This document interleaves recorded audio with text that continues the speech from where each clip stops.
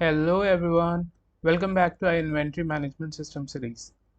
I'm Faizan Khan and this is part 7 of our journey into building a fully functional inventory management application using Python and Tkinter. If you have been following along, you are doing great, and if you are new here, don't worry, you can always catch up with our previous videos. The link is in the description. In this video, we will create a product management page. You will learn how to add, update, delete, and search for products. We'll make use of Tkinter for our GUI design and connect everything to a MySQL database. So, whether you are building this project for your business, your personal portfolio, or just for fun, stick around and follow along. By the end of this video, you will have a fully functional product management page that will elevate your inventory management system to the next level. Don't forget to like this video. Let's jump right into the code.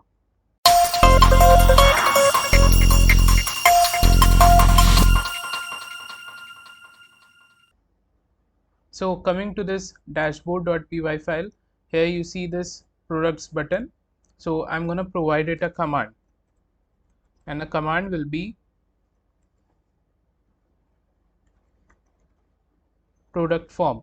Okay, and to this function we have to pass the window object. Okay, and when you are passing the window object, you have to add this lambda before the function call. Now you need to define this function. So where we will define it, we'll simply create a new separate file for it.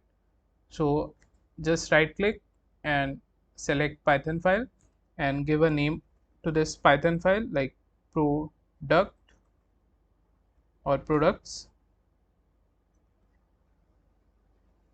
and here you can define that function.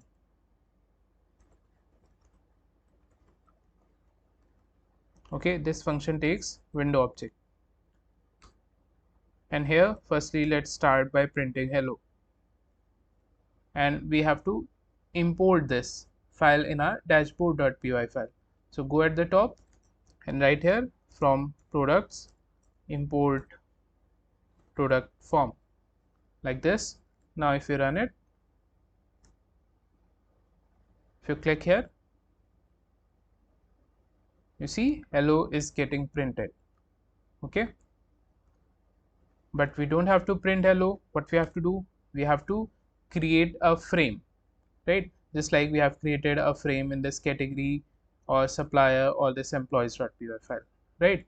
So we'll go here and we'll copy this frame from this category form function, and I'll paste here. I'll rename it to product frame.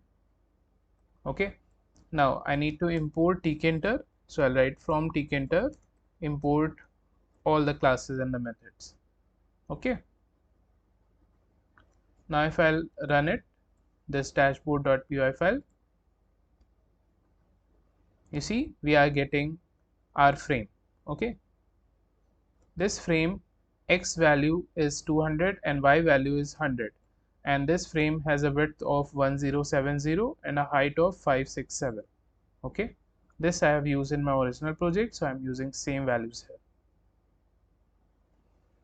After this product frame, next thing is we have to add the back button. Okay, so I'll just copy the back button from there and I'll paste here, and instead of category frame, this back button will now be inside this product frame. Okay, and on clicking this back button, I want to remove the place of this product frame. Now if I run this, we are getting a back button, but we are not able to see the image. So for that we have to make this image as global.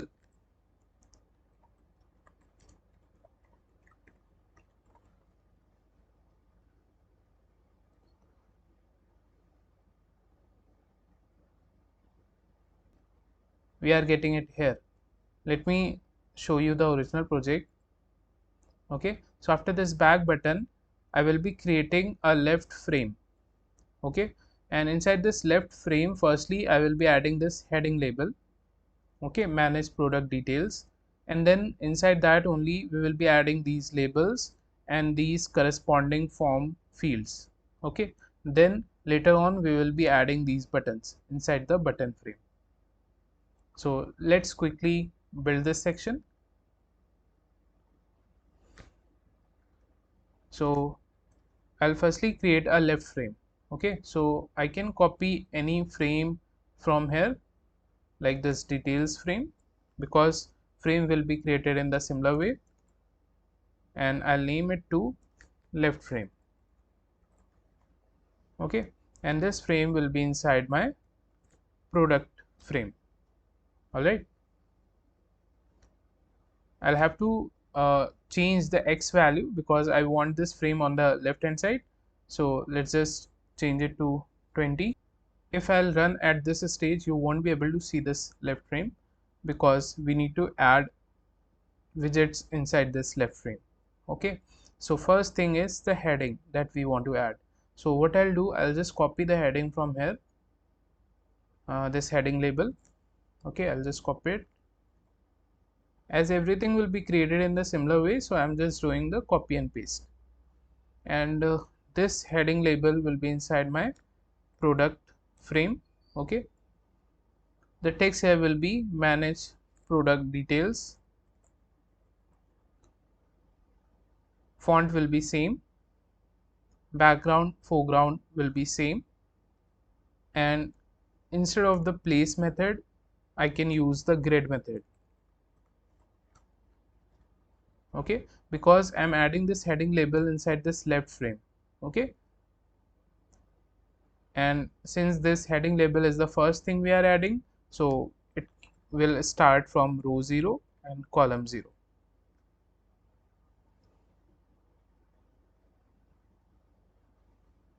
So you see we are seeing it here. Why? Okay, I made a mistake. Instead of product frame, this heading label has to be inside this left frame, right? That's why we have created a frame. Yeah, so here we are getting it. Now after this, we have to create this category label and the combo box.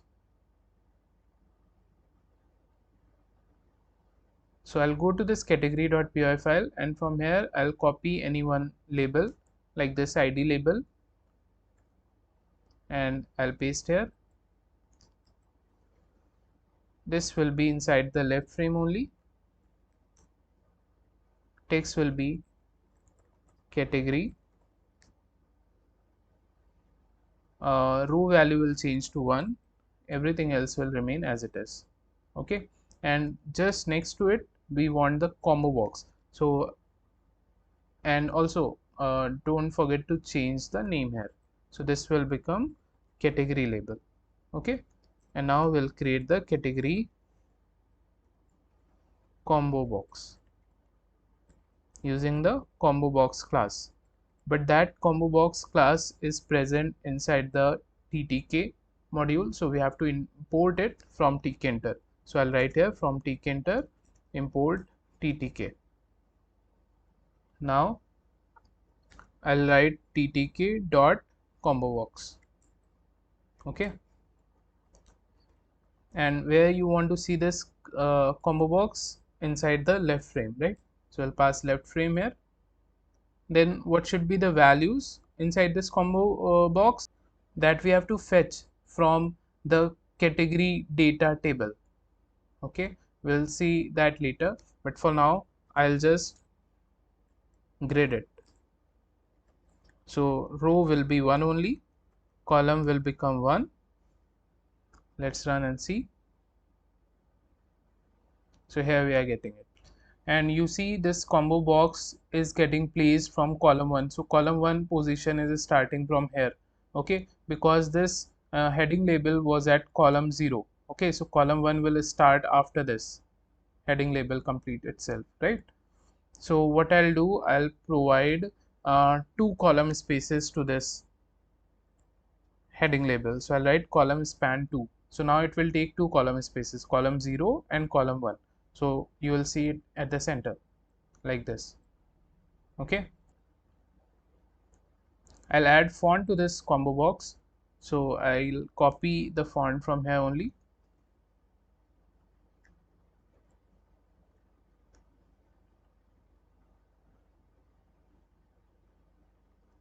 like this, and then I'll fix its width. So width will be 18. Okay, and for now, if you want, you can set some by default value to it, like category combo box dot set, and I'll set empty, like this. Okay, but you see I'm able to edit this text, so I don't want this thing. So for that, I'll add state equals to read only,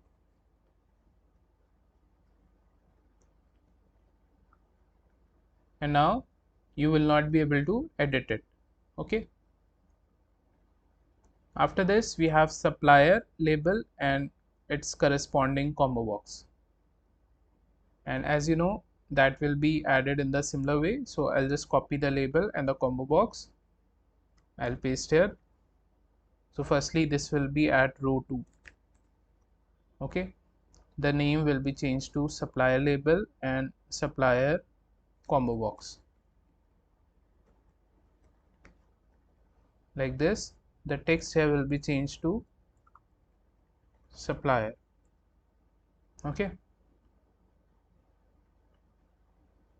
like this. After this, I'll add pad y between these two. Let's add it in category combo box. So I'll add pad y equals to 20, like this. After this, we need to create this name label and its entry field. Then in the similar way, price, its entry field, then the quantity and its entry field.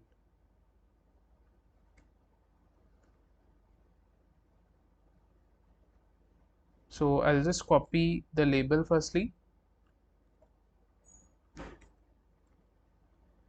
This will be name label. Text here will be name. This will be at row 3. Okay, then I need one entry field, so I'll go to this category.py file, and from here I'll copy the entry field.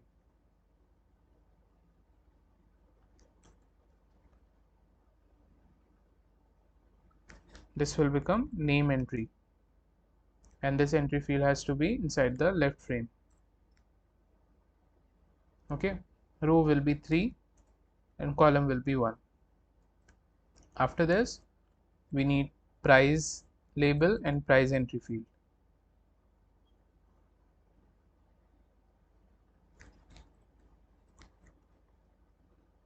Text here will be price. Row value will change to 4, and here also it will be 4. Then quantity,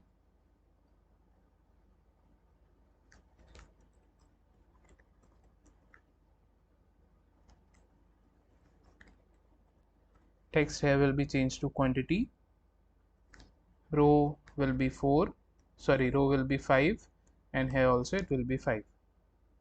Now if I run it, this looks like this. I'll provide spacing between the entry fields. So firstly, I'll provide spacing to this name entry.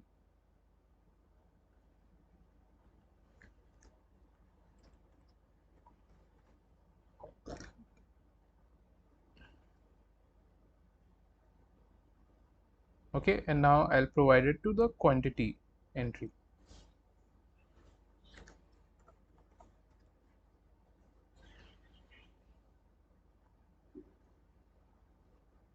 And after this, we have status and the combo box. So I'll just copy the combo box and the label. I'll paste here.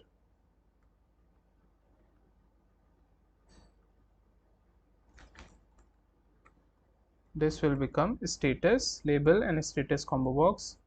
Text here will be status. Row value will become 6.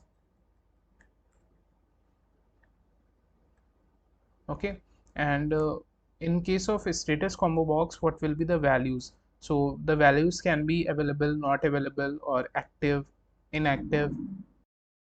So here in this combo box, I'll add values, and the values will be in the form of a tuple, or it can be in the form of a list. Both works. So here the values will be active and inactive, like this. And you can set any one of them. So status combo box dot set, let's just set select status, like this. Okay, so from here the admin can select active or inactive. I need more spacing between these form fields. So what I'll do, I'll just increase the pad y value to 40 instead of 20. So I'll just press Ctrl R, and here I'll mention pad y equals to 20. Okay, and I'll replace this value with pad y equals to 40.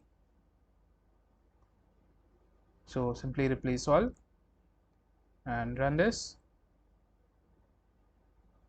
So yeah, now I think it's fine. After this, I'll add a border to the left frame. Okay, so here we have our left frame. I'll mention border equals to 2, and I'll mention the styling to this border, which will be ridge. Okay, you can check different values for this relief argument on Google.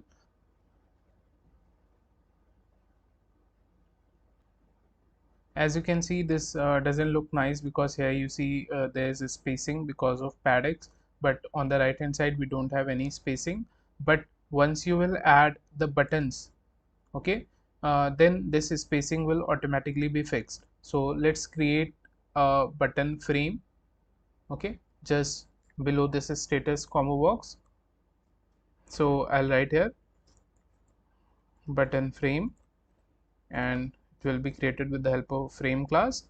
This frame will be inside my left frame, and then I'll simply grid it. So I'll write button frame dot grid. Row value will be 7, and I'll pass column span of 2. Okay, so it will take 2 column spaces, and you won't be able to see it, right? So let's start adding buttons inside it. So I'll just copy the buttons from this category.py file. Firstly, we need the add button. So I'll paste here. For now, I'll just remove the command from here. Later on, we'll add it.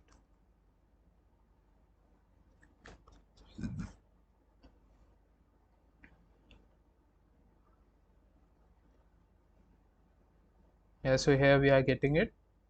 I'll just provide a pad y to this button frame.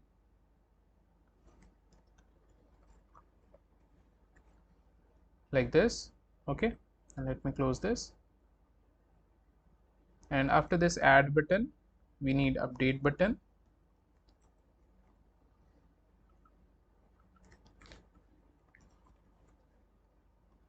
The text here will be update.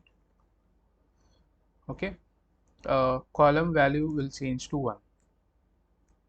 After update, there has to be a delete button.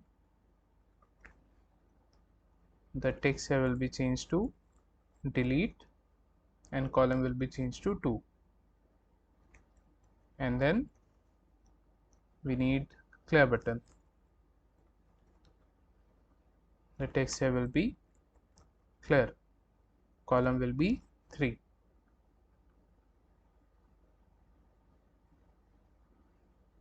So yeah, this is how we are getting it. I'll just decrease the pad X value in these buttons. So here we have pad X 20. I'll just change it to 10.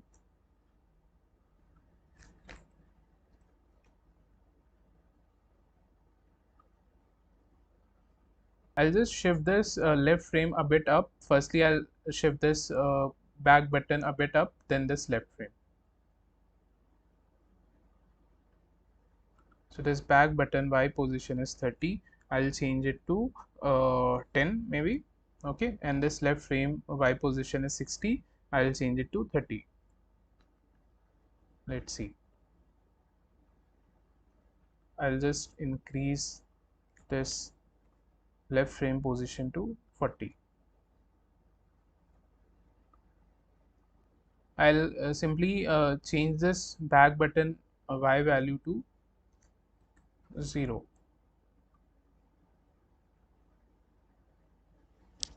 Yeah, now it looks fine.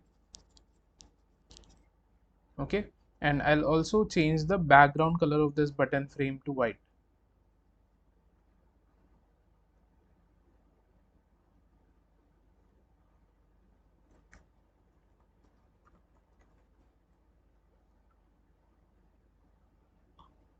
And then you see this manage products is not completely filled on the horizontal axis in this left frame.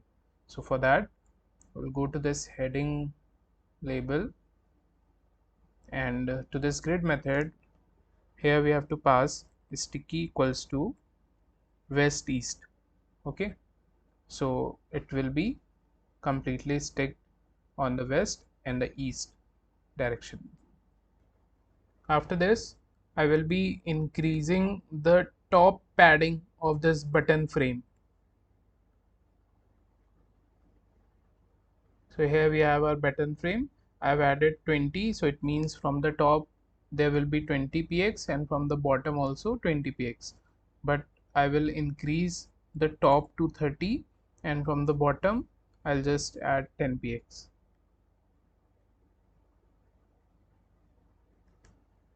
This looks good. Now let's start working on our right section. So in the right section, firstly we have to create this label frame, which is search products. Okay, and then inside this label frame we will be adding this combo box and this entry field and then these two buttons. Okay, so here I'll create a search frame using the frame, not frame, but label frame class. Okay, and this search frame will be inside my product frame. Okay, as it has to be on the right hand side. After that, I want text on this label frame, so the text will be search product, and then I'll add font for this text, so I'll copy the font from here and then I'll simply place it. So I'll write search frame dot place method. X value will be 460 and Y value will be 40. So if I run it, you won't be able to see it. Okay, so let's add the widgets inside this search frame. So firstly we'll add search combo box and we'll use ttk dot combo box class. This combo box will be inside my search frame. Then the values inside this combo box will be so we want to search based on the category, supplier name, and then the product name, and also based on the status. Okay, and then I'll set the state of this combo box to read only, and I'll add a width of 16 to it, and then I'll simply grid it. So since we are adding this combo box inside the search frame, so it's the first thing, so row will be 0 and column will be 0.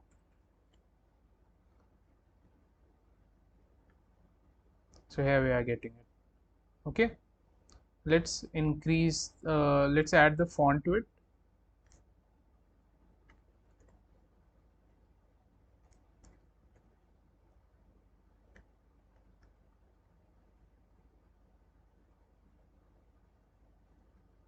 Okay, you see the size increased. Now after this search combo box, we have to add the search entry. So I'll copy one of the entry field from here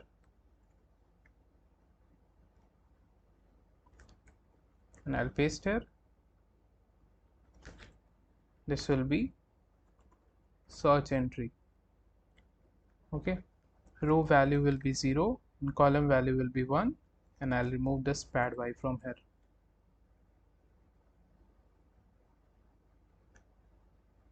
So you are not able to see it because you forgot to change the frame name here. So this will be inside the search frame. Okay, then after that we need two buttons, search button and show all button. So I'll copy one of the button. So this will become search button.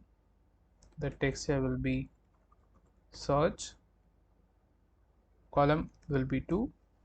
Okay, and then this one will become show button, text here will be show all, and column will be 3. Now if I run it,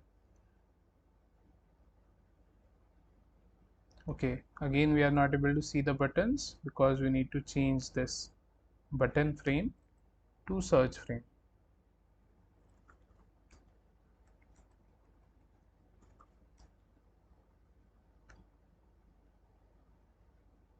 So here we are getting. Okay, let's decrease the width of this search entry.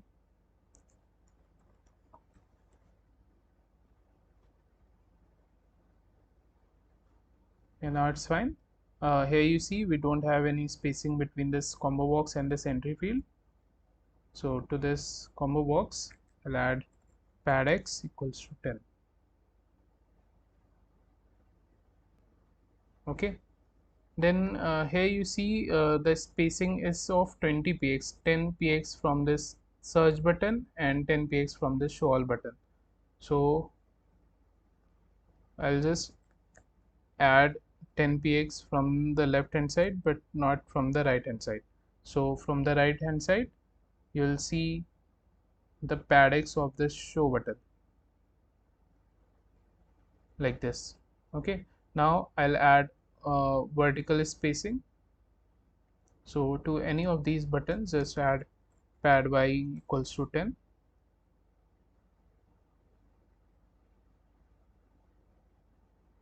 Okay, I hope this is clear. And now I'll change the background color of this search frame to white, and also I'll make this text as bold, this search product.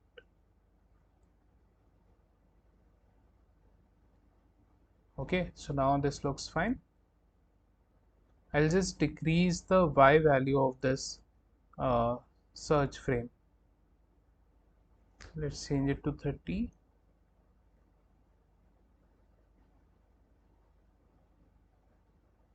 Yeah, I think now it's fine. Okay, and just below this I'll create a tree view frame, and inside that I will be adding the tree view and the scroll bars. So I'll just copy the frame from here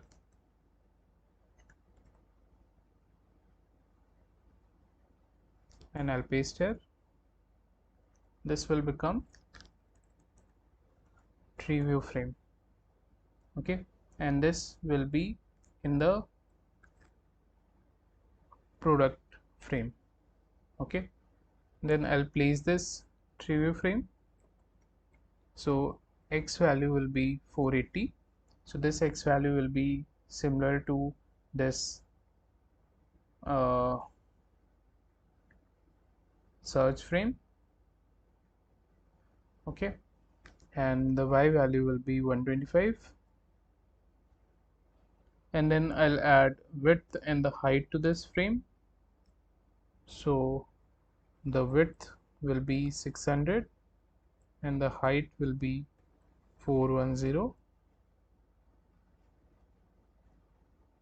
So since the background color of this preview frame is white, that's why we are not able to see it. So let me just remove it for now. So here we are getting it. Okay, I'll just increase a little height and will decrease width. So we'll change it to 570 and here we'll change it to 430.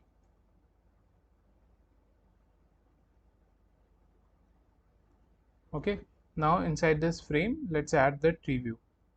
So I'll go to this category.py file, and here we will be creating in a similar way. So firstly we'll create the scroll y, then scroll x,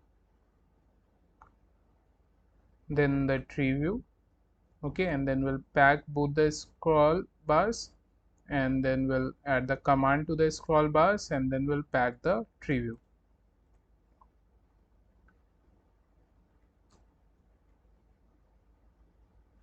like this. And now if I run it, so here we are getting the tree view. Okay, so I hope now you know how to create a tree view. So here the columns will change. So first column will be of category, then supplier, after that name, then price, then quantity, and then status, like this. Okay, and we also need to provide the headings. So I'll just copy this tree view dot heading.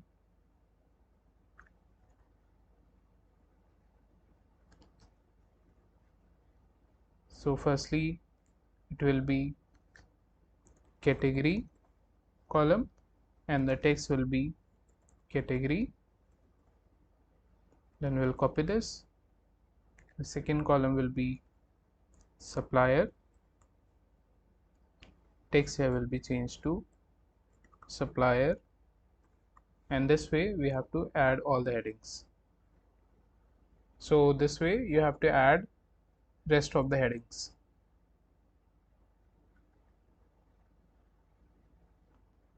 So now we are able to see all the headings here. Okay, I forgot to add the by default text here, which will be search by. So to this combo box I'll write search combo box dot set search by.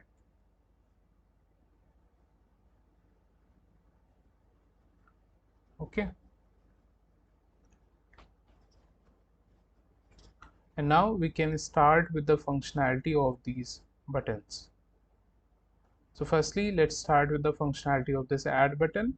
So once I click on it, the details which are filled here, that should be added in the database and this tree view.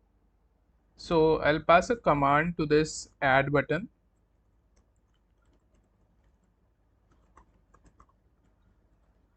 Okay, and we have to pass the form field values to this function. So firstly it will be category combo box dot get, then supplier combo box dot get, then name entry dot get, then price entry dot get, then quantity entry dot get, and then status combo box dot get. Okay, and we will add lambda here. So whenever we click on this add button, then only this add product function should be called. So let's define this function at the top.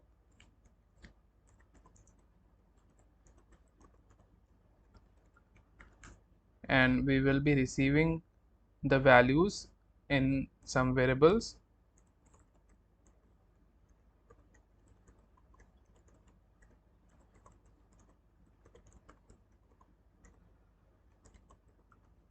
Like this, and then we will be firstly checking if the fields are empty or not. So I'll check here if category equals to empty. So if the category combo box is set to empty, it means the admin has not added any category. Okay, so we'll display an error message for the admin. So for that we'll import the message box. So write from Tkinter import message box. So here I'll write message box dot show error, title will be error, and the message will be please add categories. Okay, elif will check the supplier combo box value. If it is set to empty, then also will display an error message. So I'll copy this and we'll paste here. This will be please add suppliers. Okay, so now if I run it, so if you see this suppliers, so here I have added 2 suppliers, and here you see there is one category. Okay, so I need to fetch these categories inside this combo box and the suppliers inside this supplier combo box. But if they are set to empty, it means the admin has not added any supplier or any category. Okay, so we'll display these error messages. So let's import the categories and the suppliers inside the category combo box and the supplier combo box. So for that I'll create one function here, def fetch supplier underscore category. Okay, and here firstly I need to connect with the database. So I'll fetch the category data from the category data table and supplier data from the supplier data table. Okay, so firstly we need to connect with the database, so we'll import connect database from employees file. So from employees import connect database like this, and now we can use here connect database, and this function will return us the cursor and the connection. Okay, then we'll check if not cursor or not connection. If that is the case, we'll return from here. Otherwise we'll simply use the inventory system database. So I'll execute one query here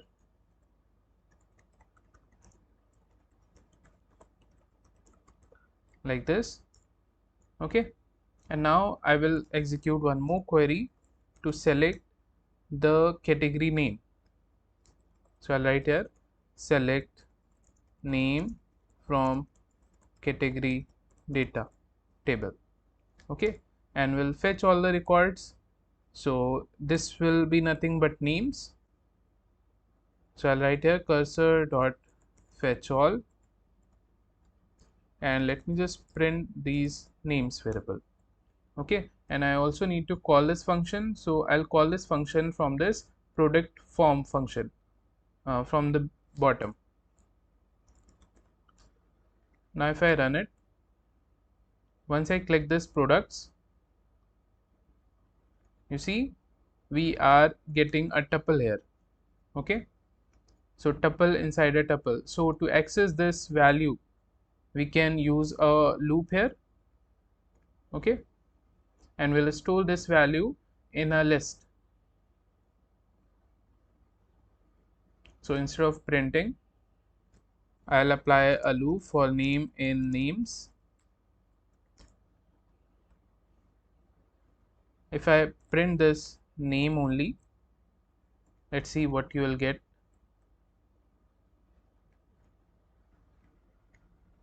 So you see we are getting a tuple now. Okay, and inside that tuple at index 0 we have this value of his supplies, right? So if I mention name at index 0,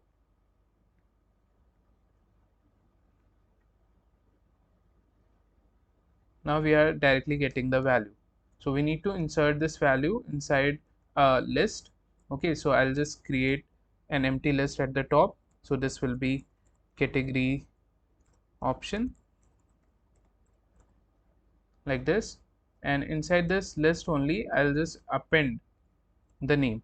So I'll write here category option dot append, and I'll append the name which is at the index 0 like this. Okay, and after this for loop I can simply print this category option list. So you'll see inside this list you will have this office supplies. Okay, I hope this is clear. Now I can add this list inside the category combo box. Okay, so I'll write here category combo box, but I'm not able to access it, so I'll have to pass here, right, category combo box. So what I'll do, from where I'm calling this function, I'll just pass the category combo box and the supplier combo box. Okay, and then I'll just copy these variables and will pass here. Now I will be able to use this category combo box. So category combo box dot config. Okay, this is used to update the values. So here I'll update the values to this category option list like this.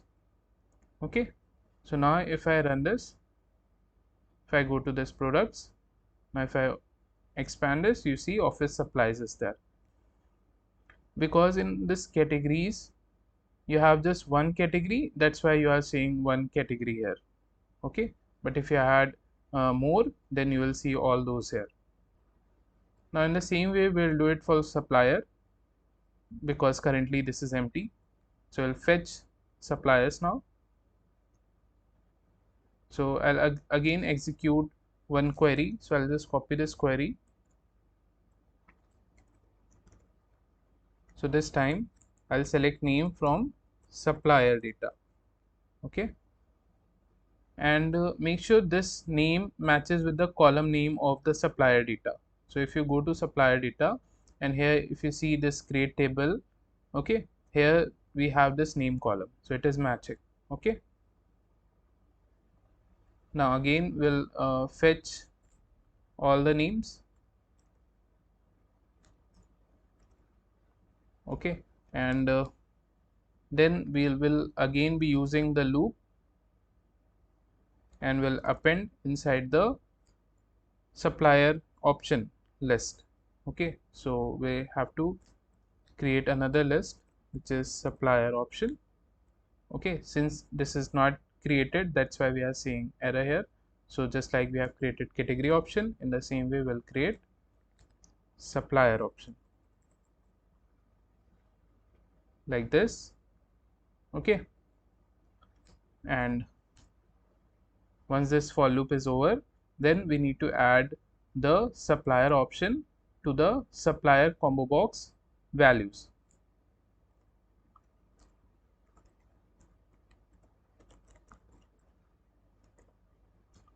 like this. Now if I run it, so you see we are able to see the values here. Okay, but we don't need to see this empty text. Now the text should be select. Okay, when we have values, in that case the text should be select. So we can check here that if length of names is greater than 0, it means we have values, right? In that case I will set to the supplier combo box select. Okay, and then only I'll just add the names to the supplier option list, and then I will only update our supplier combo box. I hope you are able to get this. Okay, similar thing we'll do here. We'll check if length of names is greater than 0. In that case we'll take the category combo box and we'll set it to select. Okay, and then we'll provide indentation to this code like this. So I hope you are able to understand this code. Now if I run it, since we have values in this category and the supplier, that's why we are seeing select. Okay, if there were no values, then we will see empty here. Okay, let me just delete the supplier, sorry, the category. Let me just delete it. Now if I go to this products, you see this is set back to empty. Okay, because we don't have any values there. I hope this is clear. Now coming back to this add product function, firstly we'll check that if category is empty, then we'll ask the admin to please add categories. Okay, and if this category is not empty, then we'll check for the supplier. If it is empty, then we'll ask again. Okay, but if these two are not empty, then we'll check elif category is set to select. If it is set to select, it means the admin has not selected the category. Okay, or supplier is set to select, or the name is empty, or the price is empty. So here we have to use double equals to, because we are comparing. Okay, or quantity equals to null, or status equals to select status. When the value is select status, it means the admin has not selected the status. Okay, in that case I will display an error message.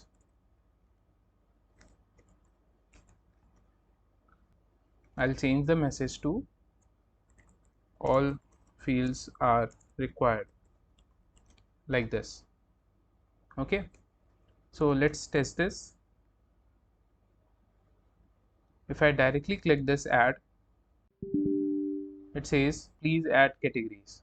Okay, since we don't have categories, so firstly you will have to add the category.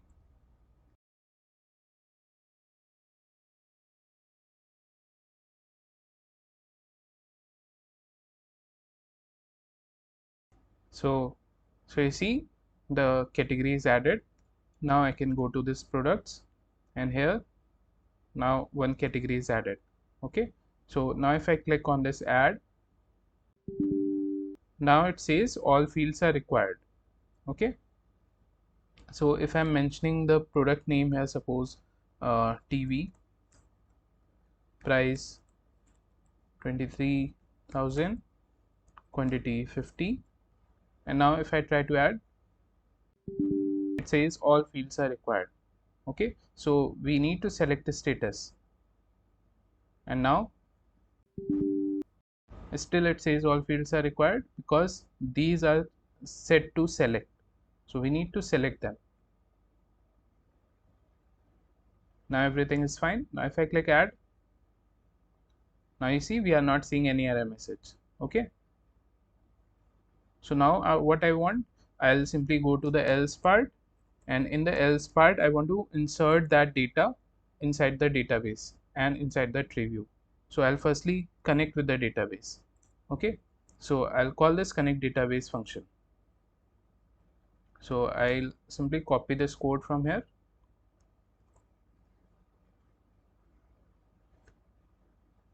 and I'll paste it. Okay, and after using this inventory system, now we will be firstly creating the table. So I'll write here cursor dot execute create table if not exists product data, and then we need to mention the column names. So first column will be of id, which will be of type int, and it will be auto increment, and it will be a primary key. Okay, after that we will have category column, and it will be of varchar and up to 100 characters. Then supplier also of type varchar, and it will also have up to 100 characters. Okay, then we'll have name varchar 100,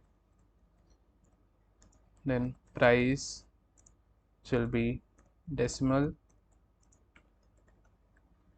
10 comma 2. Okay, after price then there will be quantity column, and this will be of type int.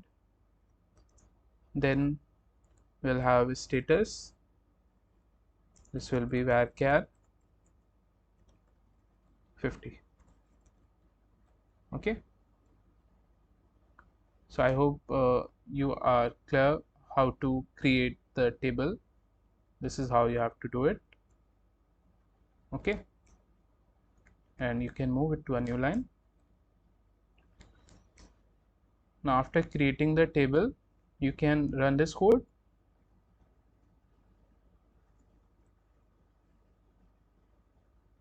Now let me just fill these details.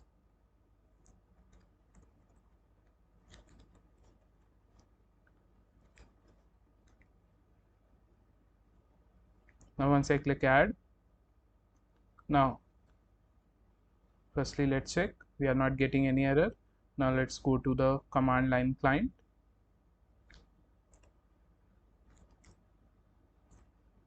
We'll use inventory system, then we'll show tables.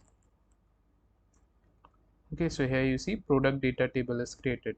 Now you see the description of it. So these are the columns: ID, category, supplier, name, price, quantity, status. Okay, this ID is of type int, it's a primary key and it will be auto incremented. Okay, I hope this is clear. And once the table is created, now I want to insert that data that the admin will type on the form fields. Okay, so for that I will execute one query, cursor.execute insert into product data. I'll mention the column names here, like in which column you want to insert the values. Since we don't want to insert any value inside this ID because it will be auto incremented, so I'll mention the other columns here. So category, supplier, name, price, quantity and status, like this. Okay, and we'll mention values, and here we'll add the placeholder. Since there are 6 values, so 6 placeholders, like this, and these %s will be replaced with the values of the form fields. Okay, so form field values we are receiving in these variables. So I'll just copy these variables and we'll pass them inside a tuple, like this. Okay, and after inserting we need to commit our changes. So I'll write connection dot commit, and after committing we will display the success message for the user. So I'll write here message box dot show info, title will be success and the message will be data is added successfully, like this. And after that I will be displaying that data inside the tree view as well. So I'll call this tree view data function, and to this I'll have to pass the tree view. Okay, and I'll define this tree view data function at the top,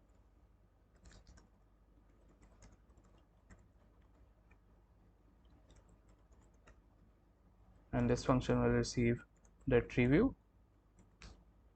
Okay, now if I go to this category.py file, here we have already created this tree view data, and we'll have to create in the similar way only. So I'll just copy this code from here and we'll paste here, like this. Okay, so till here everything will be same. Then we'll select asterisk from product data, because we have to display all the records of the product data. Okay, then we'll fetch all the records, then we'll delete if there is any previous records in the tree view, then we'll insert the records in the tree view, and if there is any kind of exception, then we'll display the error message. Okay, and finally we'll close the cursor and we'll close the connection. Okay, I hope you got it. Now since we are passing the tree view here, you see it's showing error because we need to receive the tree view in this add product function. Okay, and we'll also have to pass the tree view while calling this function add product. So I'll go to add product. Okay, so from here I'm calling this, so I need to pass the tree view to it like this. Now we can run it. Let's run first. Okay, so I need to run this dashboard.py file. Now if I go to products, now if I select the category, select the supplier, name, price, quantity, status. Now if I click on add, you see data is added successfully. Once I click OK, the data is getting inserted inside this tree view, right? Oh, if you notice here, uh, under the category we are getting the ID, then under the supplier we are getting electronics. So here we are getting values in the wrong columns, right? So in this tree view, if you see, we don't have ID column, so I'll add one ID column here like this, and then I also need to add the heading.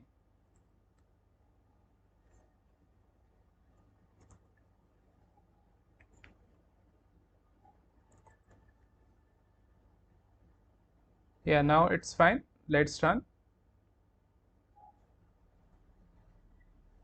So you see we have now one ID column. Okay,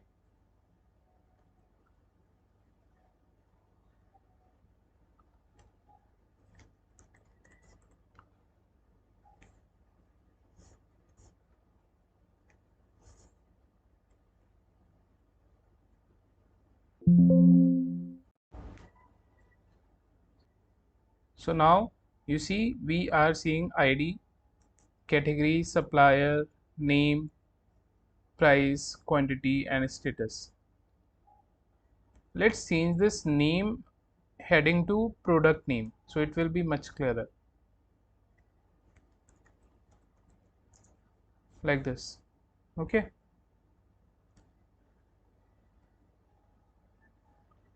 so when I run this code, I want to see the product data table data inside this tree view.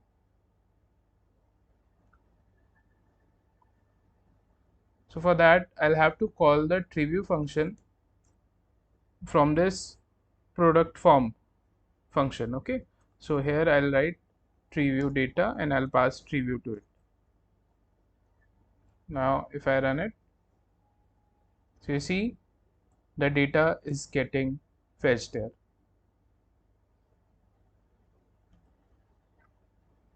Now let's work on the functionality of this update button.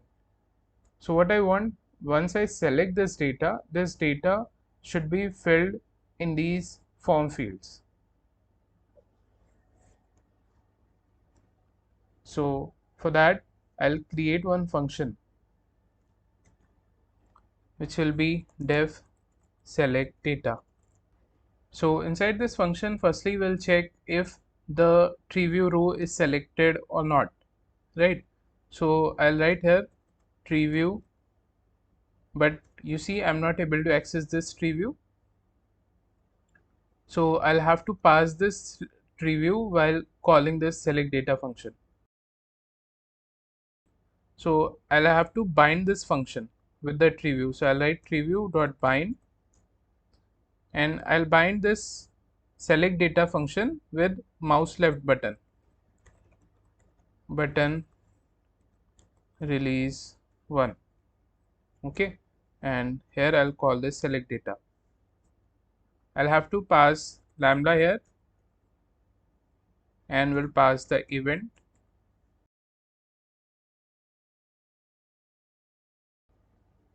So whenever you use the bind method, an event is passed. So we need to receive that event in that particular function that you are binding.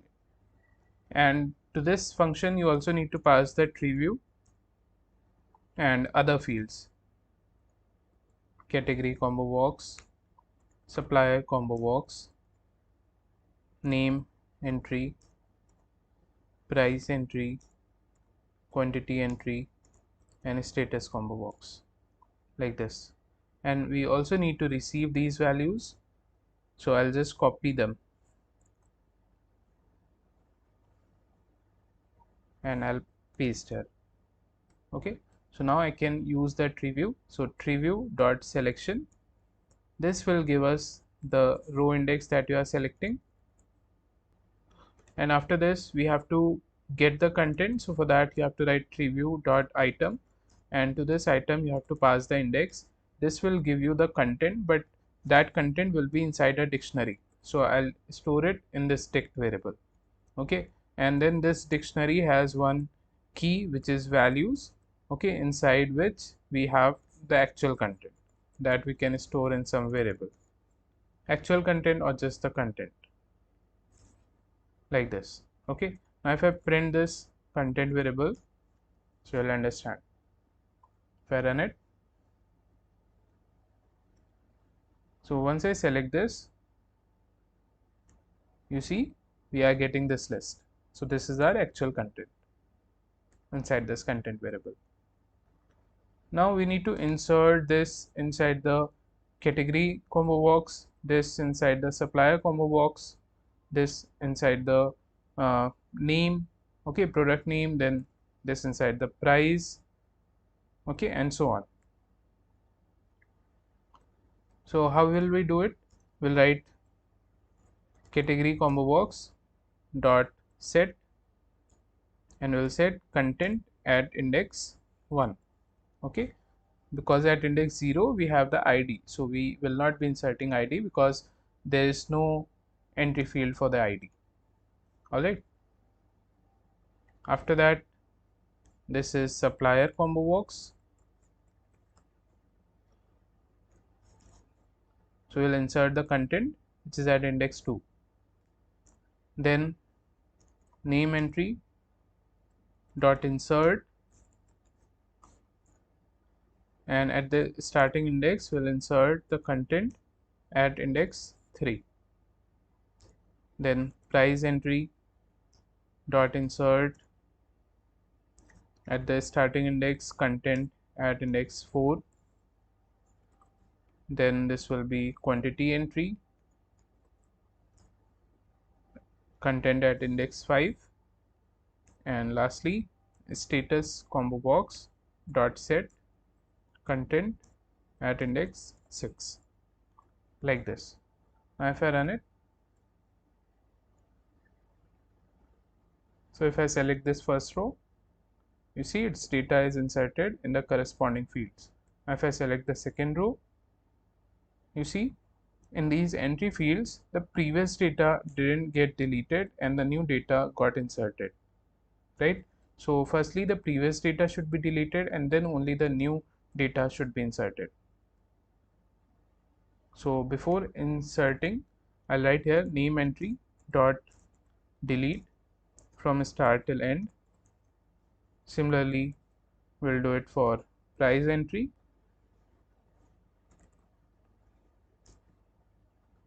and then quantity entry.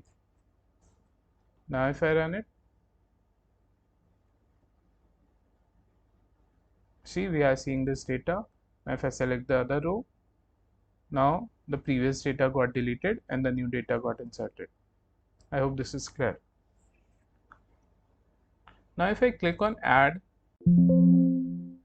you see data is added successfully. But if you notice here, row 2 and row 3 has the same data.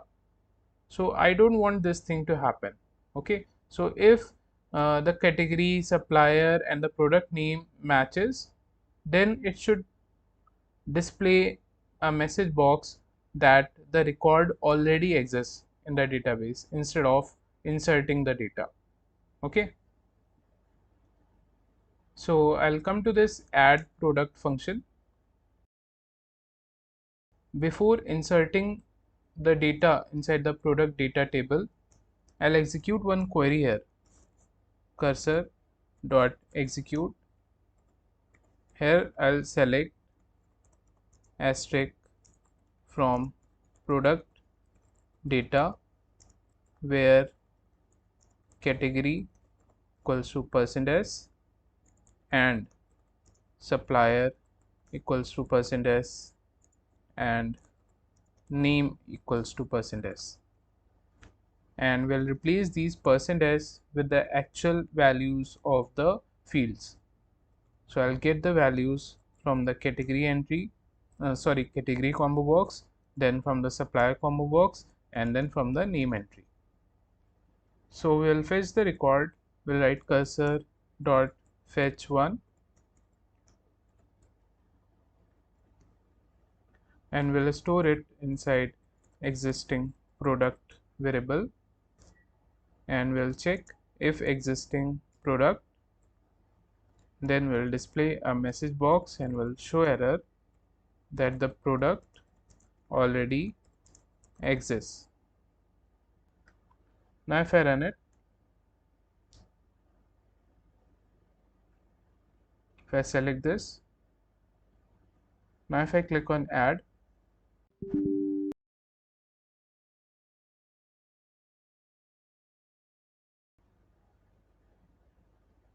so we were seeing the message, but I think I have uh, written the message in the title and I forgot to return from there.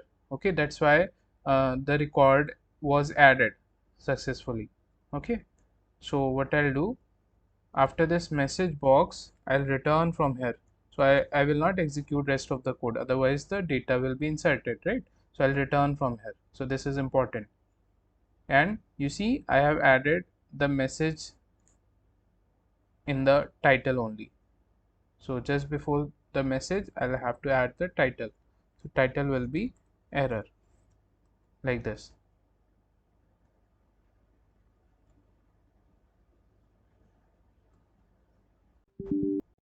You see product already exists. So I hope this is clear. So if I make change here and click on update, then this data should be updated in the tree view as well as in the database. Okay. So I'm going to pass a command to the update button,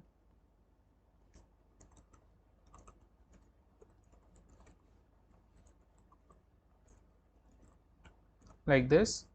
Okay, and to this update product function, I have to pass the field values. So I'll just copy it from this add product, and I also need to copy the tree view. So I'll paste here, and then I'll attach lambda here, like this. And now let's define this update product at the top.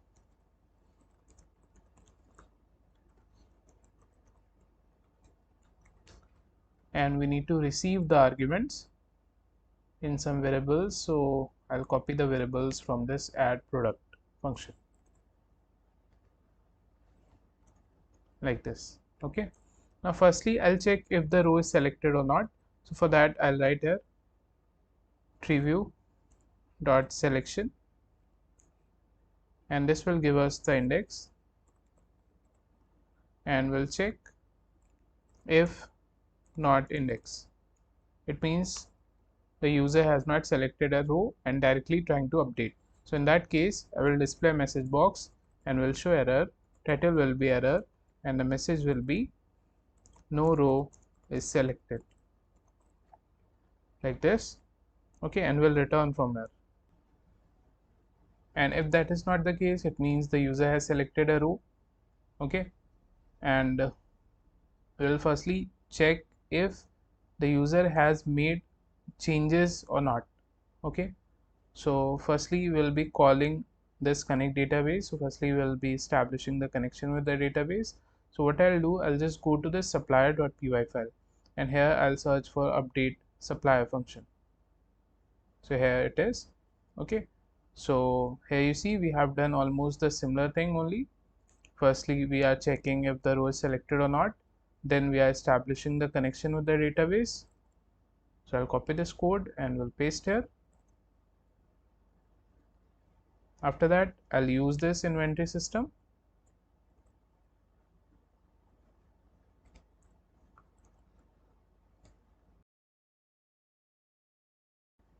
and we'll also check if the changes are made or not. So for that, this is the code. So I'll just copy this code, I'll paste here. So we have to select all the rows from the product data, okay, where id equals to %s, and we have to get the id. So from where we'll get the id? So here you see we are getting the index of the row that you are selecting, right? So from there only we'll get the content. So we'll write preview dot selection and we'll pass the index to it, and this will give us the dictionary where we will have the content, and using this dictionary we'll get the actual content.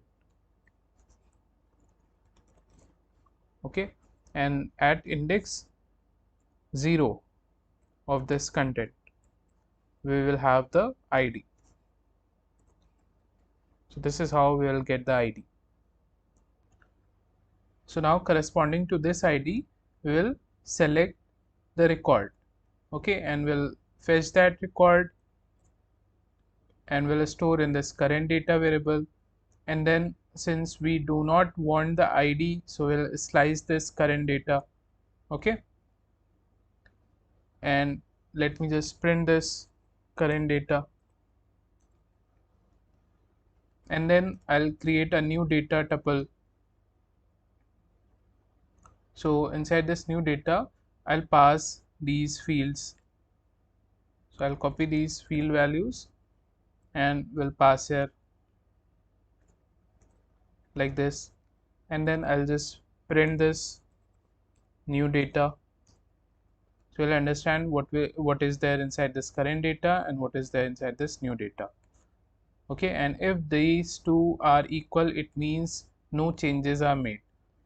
In that case we'll see this message, no changes deducted, and we'll return from here. Okay, so let's run and see.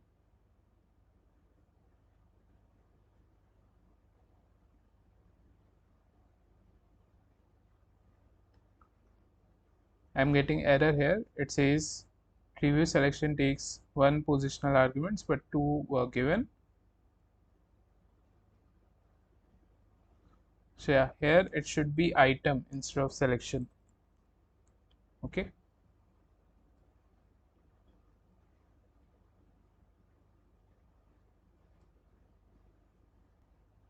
so this is the current data and this is the new data. Okay, so this current data is from the database and this new data is from the entry fields. So if you see, everything is matching except for this. Here we are getting decimal, right? So we'll firstly convert this current data to a list. So here I'll write current data equals to list, and to this list we'll pass this current data. Okay, so now this current data will be in the form of a list. Okay, and then we'll use this list and we'll reach to this index. This is at index 3. Okay, and let's just print this value.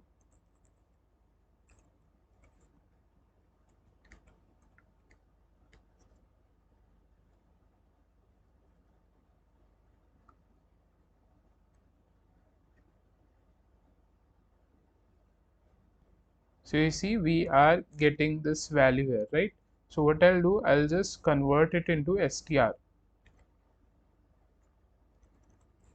and we'll store this value at the third index only. And now when you'll print this current data,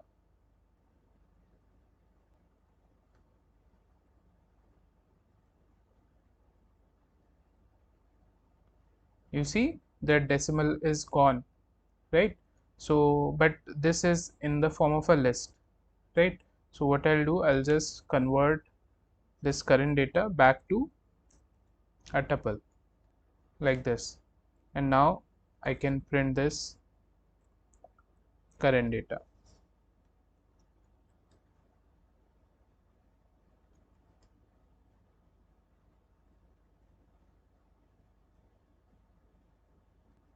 So you see both are same, but still there is one difference. If you see closely, here the quantity is integer and here the quantity is in the form of a string, right? So I'll have to change the quantity as well. So the quantity that we are getting from the uh, entry field will update it to int like this.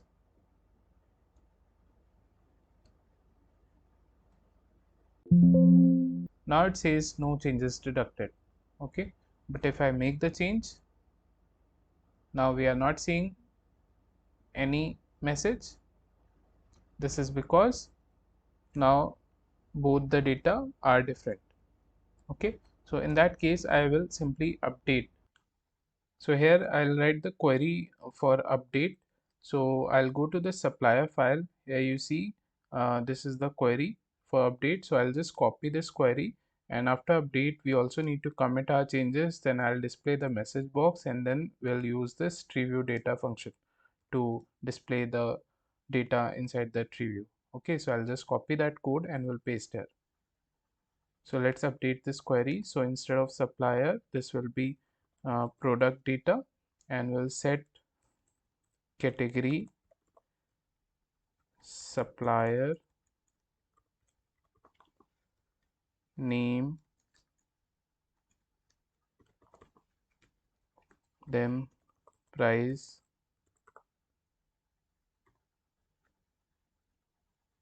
and then status, where id equals to percentage.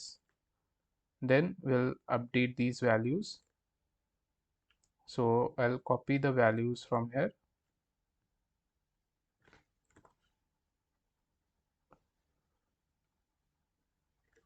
and we'll replace these, and at the end I'll mention id.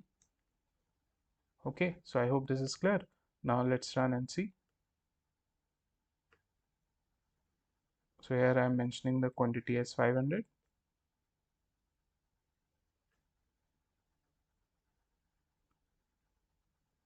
I'm getting error here, not all arguments converted during string formatting. So I forgot to add quantity here.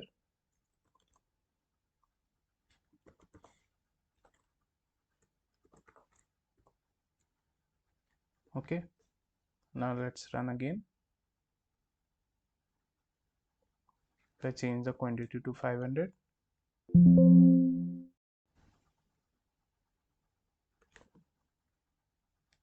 you can see the data is updated. Okay, so I hope you understood this functionality. And after this, now let's work on the functionality of this delete button. So if I select this record and click on this delete button, then a message box should appear that do you really want to delete this? If I say yes, then this record should be deleted. And if I say no, then nothing should happen. Okay. And I'll remove the print statements from here.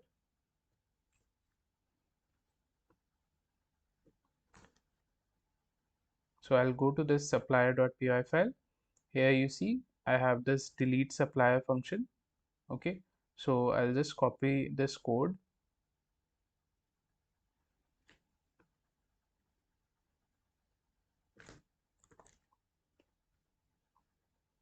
and at the top I'll paste this function.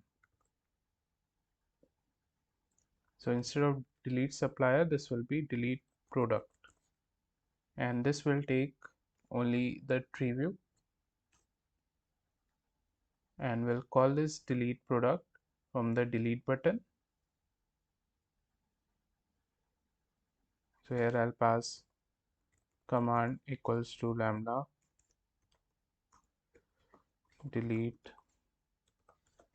product, and to it we'll pass the tree view like this. Okay, so firstly we'll get the index, then we'll check if the row is not selected, then we'll display this error message, no row is selected, right? We'll return, then we'll establish the connection with the database. After that we'll use the inventory system, then we have to delete from the product data where id equals to id. Okay, and we'll get the id just like we have extracted the id from here. In the same way we'll do it there. So I'll copy this code, I'll paste here. Okay, so this is the id, so corresponding to this id we'll delete the record. I hope this is clear, and everything else will remain as it is. Now if I run this, and yeah, as I said, I firstly need to show a message box for the user that do you really want to delete the record. So for that, what I'll do, before establishing the connection, here I'll write message box dot ask yes no, and firstly the title, which will be confirm, and then the message, do you really want to delete. Okay, and this ask yes no method returns either true or false, and I will store in this ans variable, and then I'll check if ans is true. Okay, it means the user has selected yes. Okay, in that case I will delete this record. So I'll just select this code and will provide indentation. Okay, I hope this is clear, and if the user selects no, then this condition will become false and nothing will happen. So once I select this and click on delete, do you really want to delete? If I say no, nothing will happen, but if I say yes, you see the record got deleted. And once the record is deleted, I also want to clear these fields. Okay, so we'll work on the functionality of this clear button now. So after the record is deleted, I'll call this clear fields function. Okay, and let's define this at the top.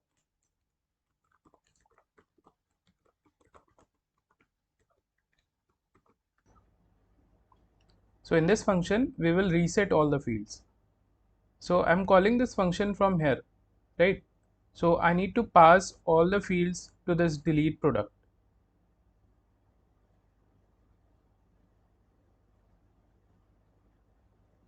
So here we need to pass all the fields. So category combo box, supplier combo box, name entry, price entry, quantity entry, and status combo box, like this.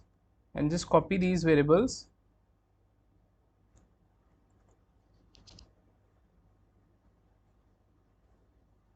and inside this delete product paste them. Okay, now you have to pass these variables to this clear fields. Okay, and then you need to receive them inside this clear fields like this. Now you just have to use these to reset.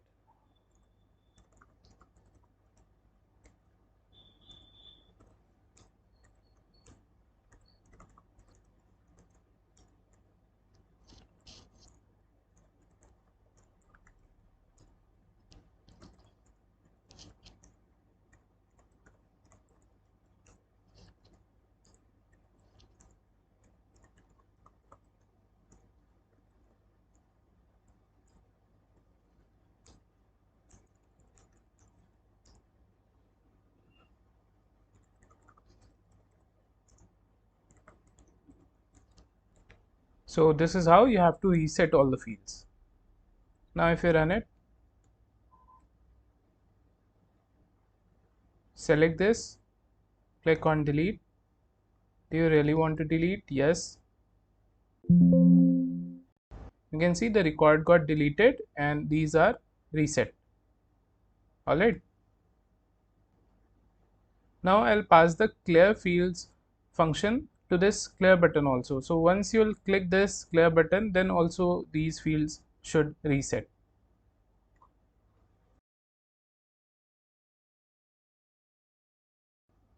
So I'll go to this clear button and here I'll pass command equals to lambda clear fields, and here we need to pass all the fields.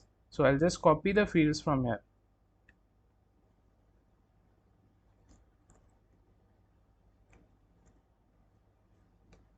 like this. Now if I run again, let me add a new product.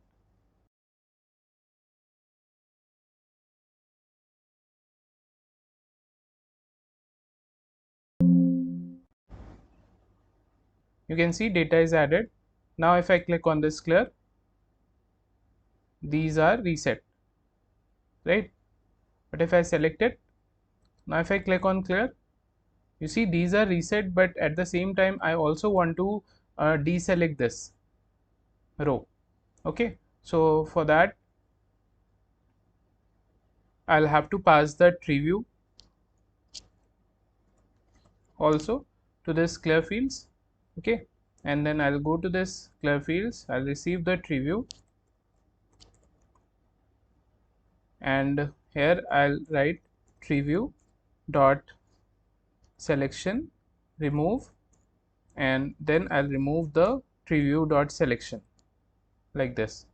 Okay, so whatever row that is selected, that will simply be removed using the selection remove method. Alright, and we also need to pass the tree view from this delete products function. So here I'll write tree view. Okay, now if I run it, if I select this, now if I click on clear, you see these are reset and this is deselected. I hope this is clear. And now let's work on the functionality of the search button. So firstly we'll check if this combo box is set to search by. It means the admin has not selected any option. So it will display an error message for him that please select an option. Okay, after that we'll check for the entry field. If it is empty, then we'll ask the admin to please enter the search value, and if some option is selected and the value is entered, then we should see the search result in this tree view. Okay, so I'll define a function at the top.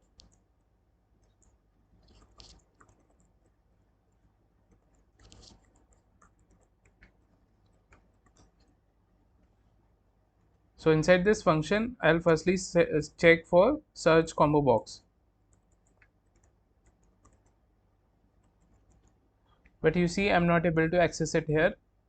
So I need to pass the search combo box and search entry while calling this search product function. So I'll call the search product function from the search button.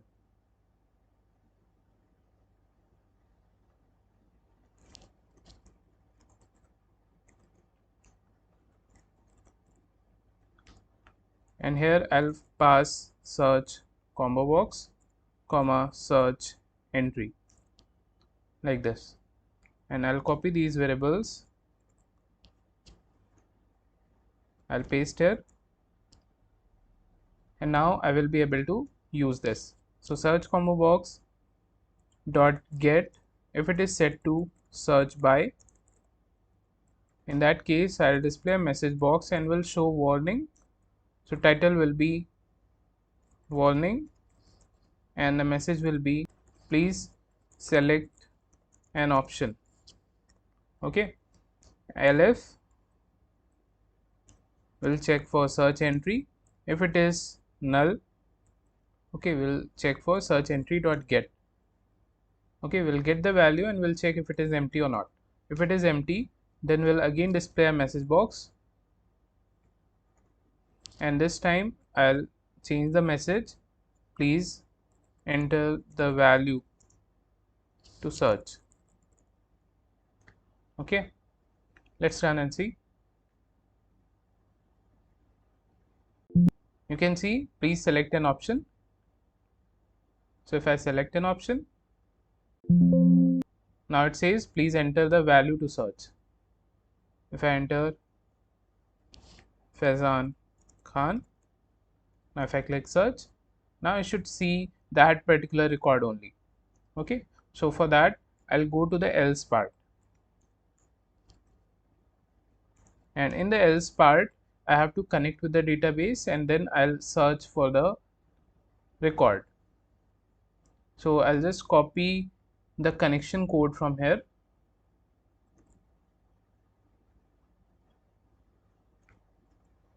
After that I'll use this inventory system, and then I'll execute a query to search the record. So I'll write select all row from product data where, and in these curly braces we have to pass the combo box. So I'll add f string here so that I can pass a variable with the string. So here I'll mention the search combo box dot get.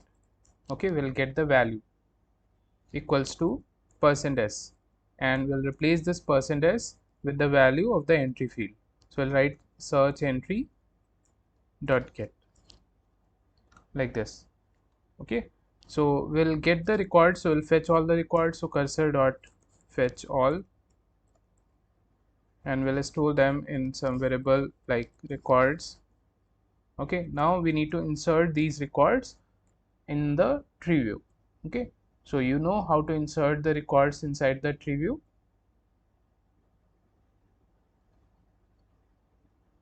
So just go to this tree view data function, and here you see this is the way. So I'll just copy this code and I'll paste here. Okay, so you are not able to use the tree view, so you also have to pass the tree view here. Okay, so let's just pass it while calling this function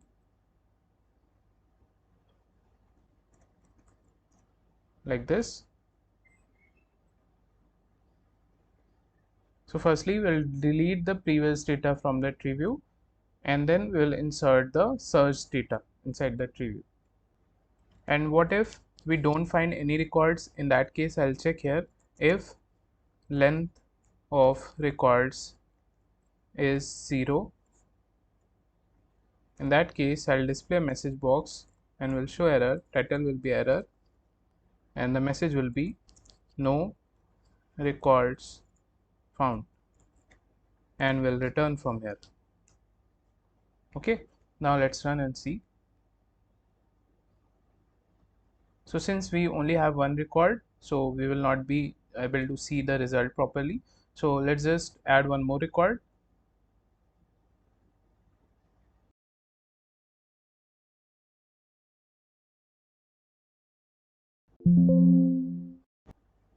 You can see now we have two records, and let's search by the supplier. Okay, so I'll search Faizan Khan. You can see we are getting one record. Okay, now let me search based on the status value is active. So you see we have two records and both are active. Okay, can also search based on the category name. Both are electronics, so we'll see both the records. Okay, now what if you are trying to search like for example Ravi, supplier Ravi, but this supplier doesn't exist in the database. So now you are seeing no records found. Okay, so this is perfectly working. And lastly I want to work on this show all. So once I click on this show all, I should see all the records here. So I'll define the function at the top, def show all, and inside this function I just have to call this tree view data and I have to pass the tree view to it. Okay, so I need to receive the tree view while calling this show all function. So I'll call the show all function from the show button. Command equals to show all. Okay, and we have to pass tree view to it, and we also have to pass the search combo box and search entry, because I will reset these two when I'll click the show all button. So I'll just copy these two variables from here. Okay, now I'll write search combo box dot set, and I'll set it to select, search by,